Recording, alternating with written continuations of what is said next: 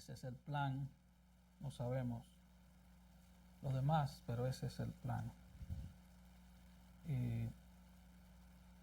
Y cuando terminemos la carta de Pablo a Tito, volvemos a comenzar el Evangelio de Marcos, porque después de recibir consejo en reuniones de pastores, hemos decidido predicar la misma serie en la mañana y en la noche. ¿Por qué? Porque somos una sola iglesia, aunque hay hermanos que vienen en la noche, que los de la mañana no lo conocen y viceversa. Pero somos una iglesia, no somos dos iglesias. No somos la iglesia bilingüe y la iglesia hispana. Somos iglesia buenas nuevas. Así que yo le invito a buscar en su Biblia Tito capítulo 3. Solo voy a leer el versículo 5 para comenzar. Dice así la palabra del Señor. Nos salvó no por obras de justicia que nosotros hubiéramos hecho, sino por su misericordia, por el lavamiento de la regeneración y por la renovación en el Espíritu Santo. Padre, gracias por esta salvación tan grande, una salvación inmerecida, una salvación extremadamente valiosa, cara, una salvación que le costó la vida a tu Hijo, lo más preciado del cielo. Murió como un criminal en una cruz, llevó nuestra maldición para que nosotros fuéramos bendecidos, llevó una corona de espinas para que nosotros un día tengamos una corona de gloria. Él llevó nuestro pecado y nos atribuyó su justicia. Él llevó nuestra maldición y nos bendijo con toda bendición espiritual en los lugares celestiales con Cristo. Padre, que en este día tu Santo Espíritu tome tu palabra y la aplique a cada corazón, haciendo la obra para la cual fue enviada. Que te lo pedimos en el nombre de Cristo. Amén. La verdad más contundente del Evangelio es que Él nos salvó. John Owen dijo: Cristo no murió por culpa de un incidente determinado, como algunos consideran. Él murió por todos los elegidos de Dios para que crean y al hacerlo tengan vida eterna. El versículo 5 dice: Dios nos salvó no por obras de justicia que nosotros hubiéramos hecho, sino por su misericordia. Y para refrescarnos un poco la memoria, hablábamos el domingo pasado que Él nos salvó de nuestra vida de pecado. Él nos salvó del gobierno del pecado. Él nos salvó de las consecuencias eternas del pecado. Él nos salvó de nosotros mismos, del gobierno de nuestro yo. Y ahora Cristo gobierna nuestras vidas. Eso es la salvación en pocas palabras. Es un cambio de gobierno, pero es un cambio eterno. Es cambiar de muerte a vida, del gobierno de las tinieblas al gobierno de la luz, del gobierno de Satanás, el mundo y nuestra carne, al gobierno de Cristo. Pero nosotros no podemos salvarnos por nosotros mismos. Y esa también es una verdad de toda la Biblia. En el Antiguo Testamento también fue así. Y Pablo nos lo recuerda en su carta a los Romanos, capítulo 4. Dice: creyó Abraham a Dios y le fue contado por justicia. Abraham mismo fue salvo por su fe. Él no fue salvo porque se circuncidó, él no fue salvo porque a través de él nace la nación de Israel. Él fue salvo porque creyó en Cristo. De hecho, Jesús mismo dice, Abraham vio mi día y se gozó. Nadie es salvo fuera de Cristo. No importa que sea el más judío de los judíos, sin Cristo no hay salvación. No tiene que ver con tu nacionalidad, con tu etnia, tiene que ver con Cristo. Fue Cristo quien produjo en nosotros arrepentimiento. Fue Dios que produjo en nosotros arrepentimiento. Quien nos concedió el arrepentimiento, dice 2 Timoteo 2:25. O sea, fue Dios quien nos abrió los ojos a la realidad de que somos pecadores, a la realidad de nuestra terrible condición de pecado. Fue Dios que nos abrió los ojos a ver nuestra maldad. Andábamos por el mundo lejos de Dios, creyendo que éramos el capitán de nuestra embarcación, creyendo que, yo puedo con mi vida, nadie se meta con mi vida, yo soy el que dirige mi vida. Pero Él produjo arrepentimiento. Dios también nos dio la fe para creer. La fe es un regalo de Dios. No es mi fe, es la fe de Dios en mí. Efesios 2:8. Hablamos de este tema el domingo pasado y vimos que fue por su misericordia, no por nuestras obras. Y hoy vamos a seguir exponiendo este hermoso texto de Tito capítulo 3, donde veremos algunos elementos más de esta salvación, de esta gran salvación. Y veremos básicamente cómo Dios salva a pecadores malvados, merecedores del infierno eterno. Número 1, el lavamiento de la regeneración, versículo 5, parte B. Dice, nos salvó no por obra de justicia que hubiéramos hecho, sino por su misericordia, eso lo vimos el domingo, por el lavamiento de la regeneración y por la renovación en el Espíritu Santo. Ahí hay dos elementos de nuestra salvación. La Nueva Traducción Viviente lo traduce así: nos lavó, quitando nuestros pecados, y nos dio un nuevo nacimiento. Nos lavó, quitando nuestros pecados, y nos dio un nuevo nacimiento. Cuando fuimos salvos, fuimos limpiados de nuestro pecado, del gobierno del pecado en el centro de nuestras vidas. En la salvación se produce un milagro. Es un milagro. Es el milagro del nuevo nacimiento. Es el milagro que nos limpia de toda descomposición y suciedad de nuestras almas. Milagro de la salvación.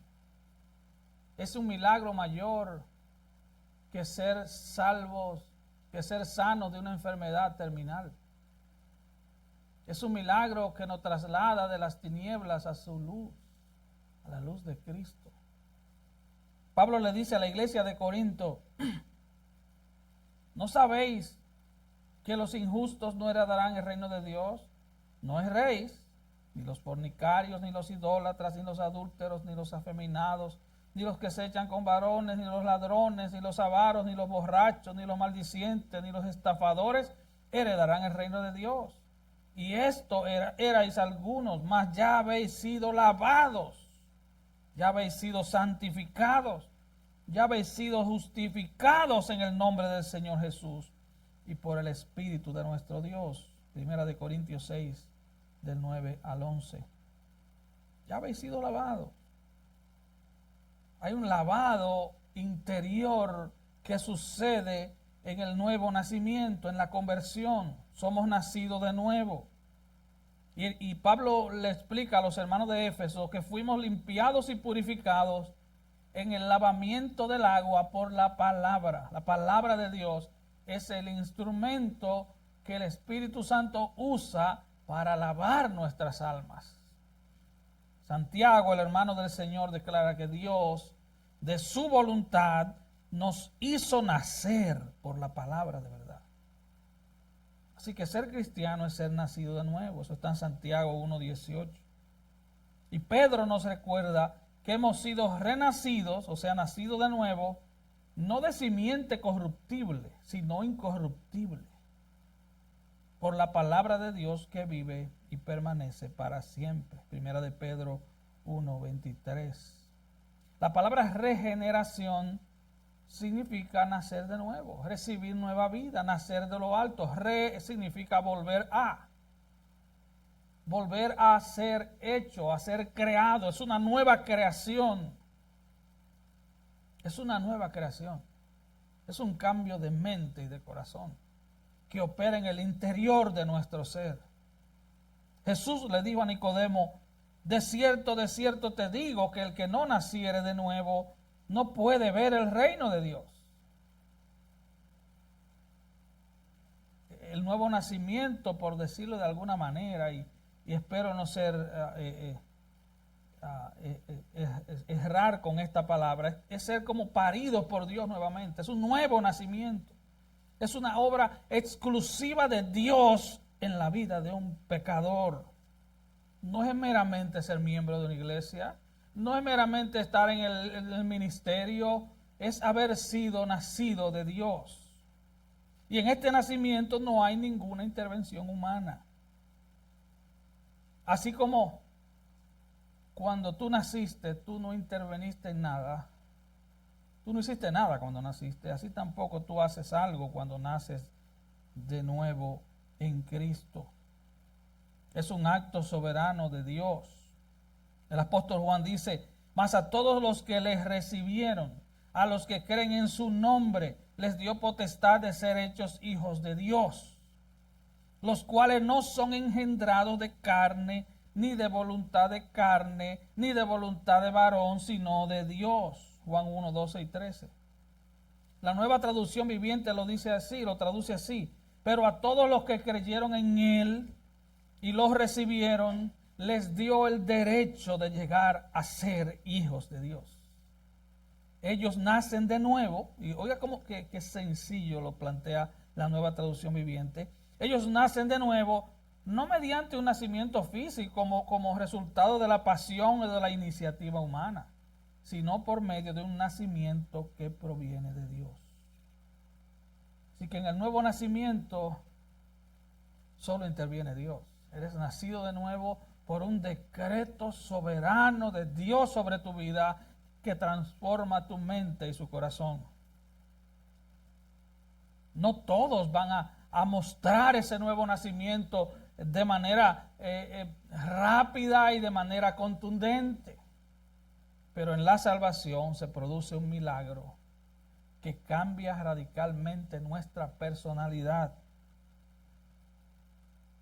Y es la palabra de Dios operando desde el principio en el corazón de un hombre, de una mujer, de un joven o de un niño.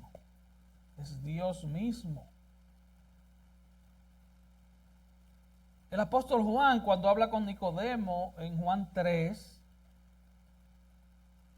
él está diciendo a Nicodemo, un gran maestro judío de la época, el maestro de Israel, lo llama Jesús. Él dice, versículo 6, lo que es nacido de la carne, carne es; lo que es nacido del espíritu, espíritu es. Y el versículo 8 él dice, el viento sopla de donde quiere y oyes su sonido, mas ni sabe de dónde viene ni a dónde va. Así es todo aquel que es nacido del Espíritu. Significando que es una obra interna en el corazón del hombre, producida por Dios. Y lo único que interviene es Dios y es su palabra.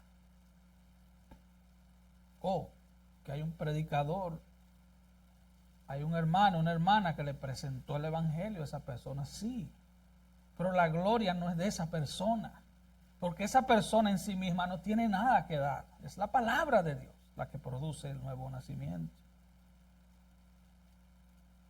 Ahora caminamos con seguridad entonces, sabiendo que todo aquel, dice Juan, todo aquel que es nacido de Dios no practica el pecado, porque la simiente de Dios permanece en él y no puede pecar porque es nacido de Dios.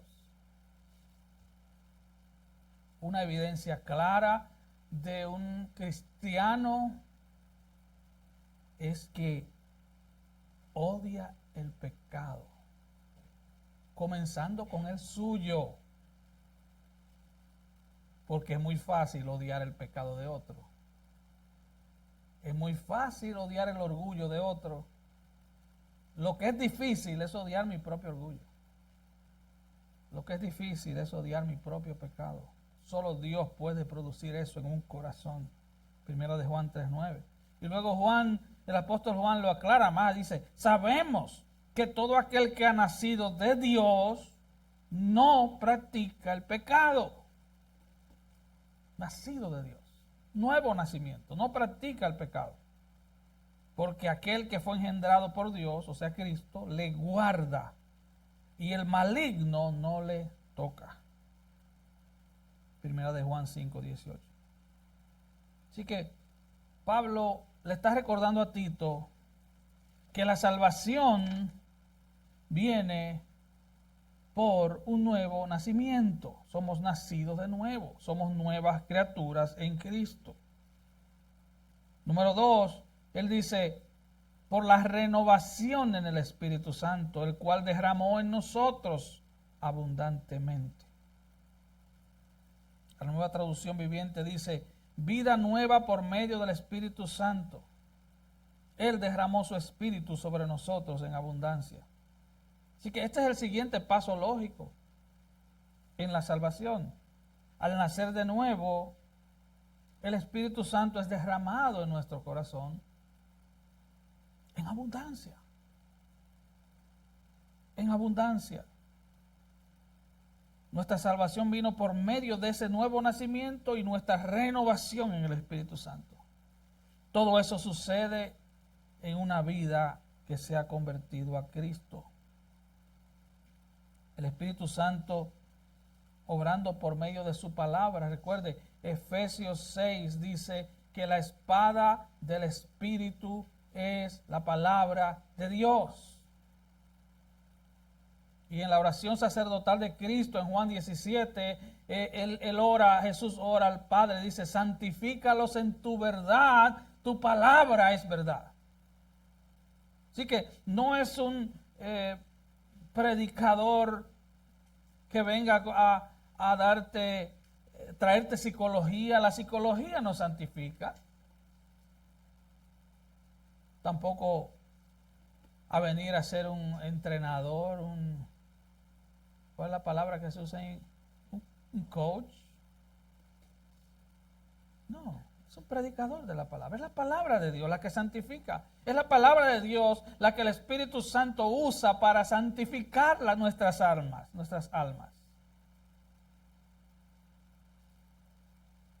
Así que ese Espíritu Santo, la tercera persona de la Trinidad, Dios Espíritu Santo. Recuerda, el Espíritu Santo es Dios. No es una fuerza. No es una fuerza eléctrica. Porque tiene personalidad.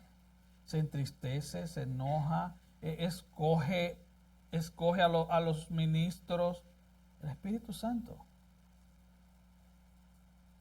Así que es ahí donde Dios nos da nuevos apetitos, nuevos gustos, nuevas expectativas, nuevos anhelos, nuevos deseos, nuevos afectos, nuevas metas, nuevas agendas y una nueva esperanza. Ahora odiamos lo que amábamos y ahora amamos a Cristo a quien odiábamos. Él cambia la dirección de nuestro corazón. Él cambia la dirección de nuestra mente. Pablo le dice a los romanos, porque la ley del Espíritu de vida en Cristo Jesús me ha librado de la ley del pecado y de la muerte. ¿Por qué él usa la palabra ley? Porque ahora estamos bajo una nueva ley, la ley del Espíritu de vida en Cristo.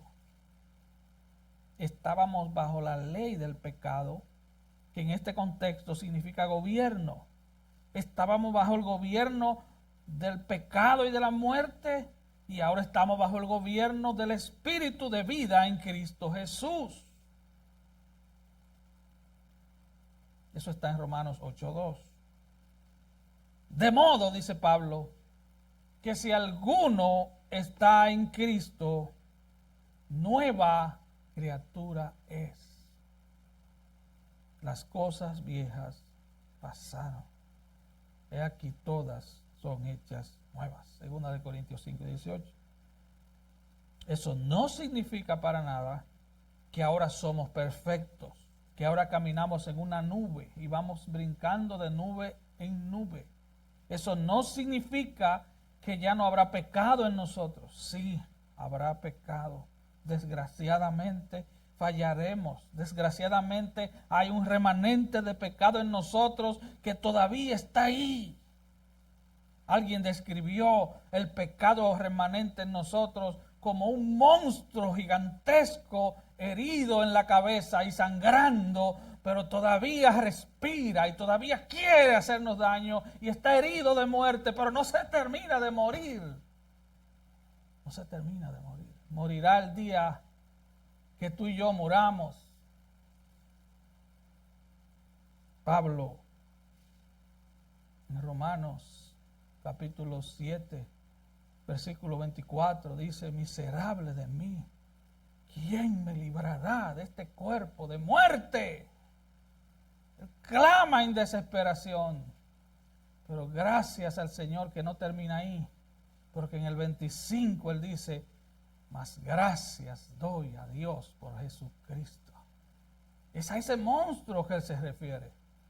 Él lo llama el cuerpo de muerte, porque en la antigüedad a algunos enemigos de los gobiernos le amarraban un cadáver. Y el cadáver, mientras el cadáver se podría, entraba en putrefacción, el sentenciado a muerte se podría junto con él. Es a eso. Y él hace esa analogía con la vida de un cristiano. Tenemos un cuerpo putrefacto con nosotros. Así que somos nacidos de nuevo, pero tenemos un monstruo moribundo, hediondo y sangrante en nosotros, que si lo descuidamos, ese monstruo va a revivir. Si tú te ocupas en la carne, dice Pablo, el ocuparse de la carne, ¿qué dice Pablo? ¿Es qué? Es muerte. Tú comienzas a alimentar el monstruo por lo que ves, por lo que oyes, por lo que hablas, por lo que tocas, por los lugares a donde vas, y el monstruo comienza a sanarse y ahora ese monstruo comienza a actuar en tu vida. Y muchas veces eres nacido de nuevo, pero ni siquiera se nota porque el monstruo está vivo. Hermano, es una condición terrible de peligro en la vida de un cristiano. Eso no es tan sencillo como, yo hice una oración de confesión de fe hace 5 años y ahora toda mi vida es color de rosa. Eso es una mentira, hermano. Hay una pelea, hay una batalla espiritual en nuestras mentes y corazones. Pero si eres nacido de nuevo, hay una obra de santificación del Espíritu Santo en tu vida. Dios nos salvó por medio de su Espíritu Santo. Pero no solo eso, Él derramó en nosotros su Espíritu abundantemente. Juan 3:34 dice que Dios no nos da su Espíritu por medida. Y que no, al hermano Gerardo le voy a dar 1 galón. Pero qué sé yo, a Devin porque es más alto le voy a dar 1,5 galones. ¿Verdad? No, Él no nos da su Espíritu por medida, Él nos da su Espíritu. El Espíritu no se puede medir, es Dios. Él nos da su Espíritu en abundancia.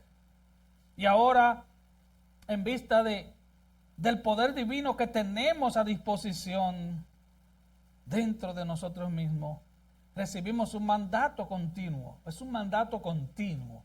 Sed llenos del Espíritu. Efesios 5, 18.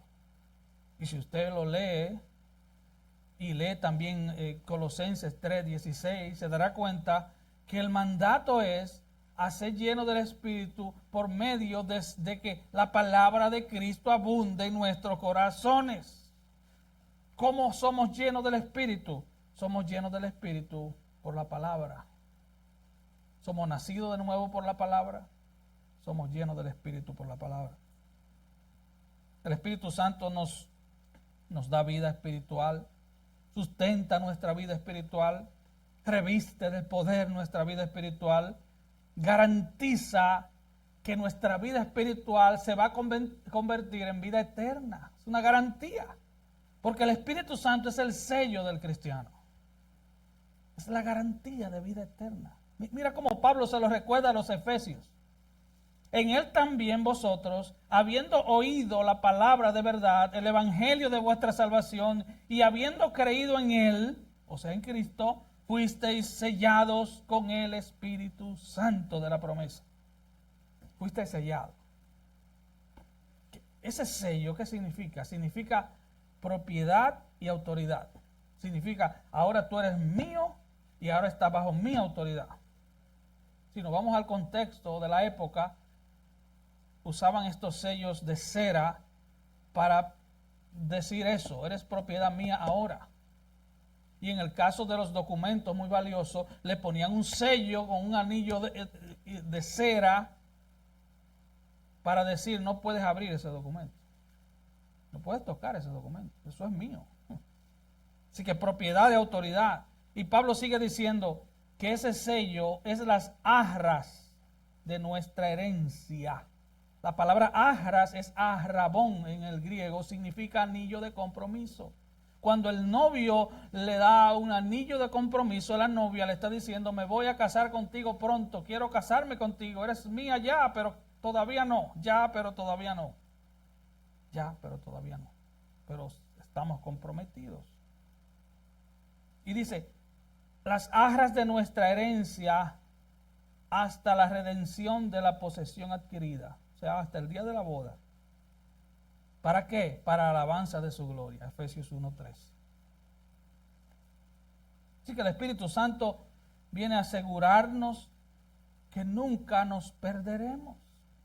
No hay tal cosa como, oh, soy cristiano el domingo y el lunes estoy perdido. No, eso no sucede, hermano. Eso yo no veo eso en la Biblia. Si tú eres de Cristo, eres de Cristo. Hay una inversión demasiado grande, hermano. ¿Tú crees que el Dios de los cielos va a hacer una inversión tan grande? Porque Él invirtió la vida de su propio y único Hijo para salvar a pecadores. ¿Cómo es posible que tú te pierdas entonces? Es imposible. En Efesios 4:30, dándole otro giro a lo que es el sello del Espíritu, Pablo dice, no entristezcas al Espíritu Santo, con el cual fuisteis sellados para el día de la redención. Él puso sobre ti el sello del Espíritu hasta el día de la redención. El día de la redención puede suceder de dos maneras diferentes. Puede ser el día de tu muerte, porque vas a partir con el Señor. Recuerde, si tú no has vivido con el Señor, tú no vas a partir con el Señor. Muchas veces, Él está en mejor lugar. Tenemos que tener cuidado con darle falsas esperanzas a la gente. Una gente que ha vivido sin Cristo jamás va a vivir con Cristo. Y yo veo hasta cristianos que dicen, Él está ahora en mejor lugar. No, solo hay dos lugares. Y no queremos ser groseros con la gente, pero una gente que ha vivido dándole la espalda a Dios siempre, ajeno de la vida de Dios, el día de su muerte no va a la presencia de Dios, va a un lugar que en el griego se llama Gehenna y en español se llama infierno. Por eso debemos predicar el Evangelio. Va al infierno, no va al cielo. Alguien dijo, para ir al cielo hay que tener el cielo adentro. Para estar eternamente con Dios, tú tienes que anhelar a Dios.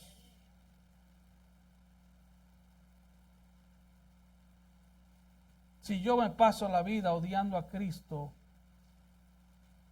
¿cómo le mienten a la gente diciendo, no, Él está en mejor lugar? No. 100 años de sufrimiento en esta tierra no son comparables con un día en el infierno. Así como las pruebas de esta vida no son nada comparable con la gloria que se ha de manifestar en los hijos de Dios. Y él dice, no entristezcas el Espíritu Santo, porque fuiste sellado para ese día. Y si lees el contexto de Efesios 4, está hablando de hablar mal, está hablando de vivir peleando, de vivir en disputa, vivir en odio, en enojo, de vivir en ira, de chisme, de todas esas cosas que entristecen al Espíritu Santo.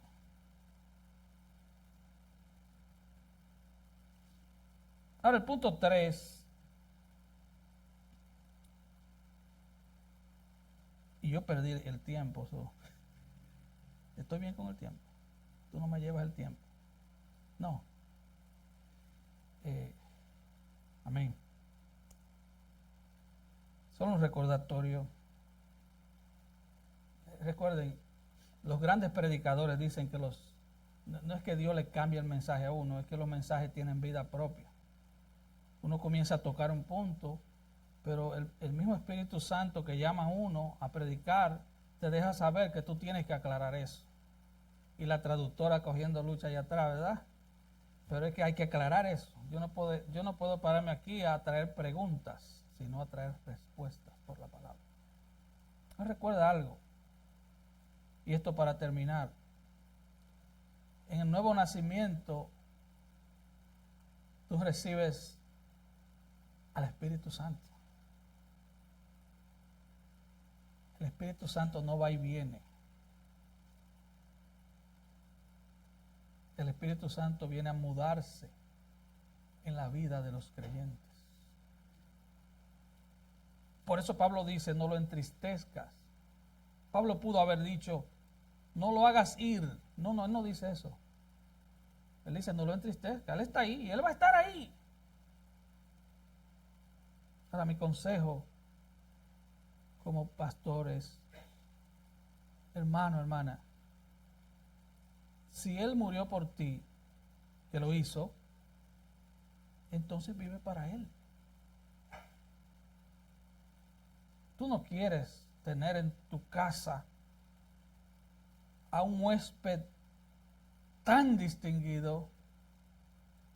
Imagina que el hermano Luis invite a Héctor y le diga, ven para mi casa. Pero entonces, él sabe que a Héctor no le gusta el merengue, por ejemplo. Bueno, pues entonces desde el que llega pone un merengue y pasa el día entero escuchando merengue. Es lo que le está diciendo, oye, no te quiero aquí.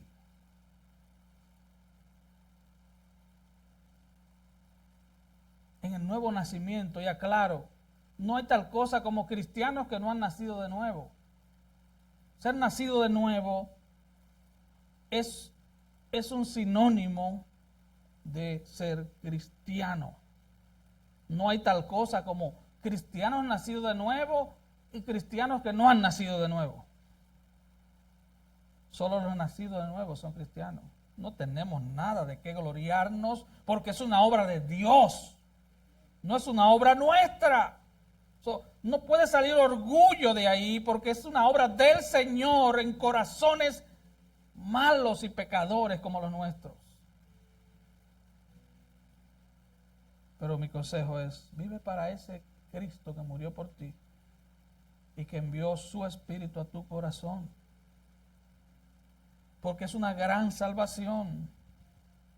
No fue que fuiste salvado de en medio de un accidente, lo cual es grande, pero no, fuiste salvado del infierno eterno, fuiste salvado de las consecuencias eternas de tu pecado pasado, presente y futuro, fuiste salvo del gobierno del pecado, Él nos salvó. Entonces vivamos para Él, vivamos para Él, humillemos nuestro ser delante de Él y cada vez que pequemos, porque desgraciadamente lo hacemos, volvamos ante Dios en arrepentimiento. Y si tú estás en Cristo esta mañana, el consejo para ti es similar. Clama a Cristo. Tú sabes que eres un pecador.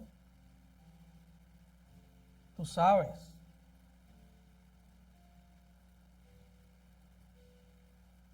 Que tú mereces el infierno. Clama a Cristo. Nosotros no tenemos nada especial, absolutamente nada. Nosotros somos pecadores, malos, salvos por gracia. Clama a Cristo. Clama para que Él te limpie con su preciosa sangre. Dile, Señor, límpiame con tu preciosa sangre. Cambia mi corazón. Ayúdame, dame un nuevo corazón que te ame. Dame un corazón que te ame, que no ame el mundo y las cosas del mundo. Dame un nuevo corazón. Cambia mi personalidad, cambia mi ser. Pídele eso al Señor de todo corazón y Él lo hará. Vamos a orar, hermanos. Padre, gracias por tu palabra. Gracias, Señor, por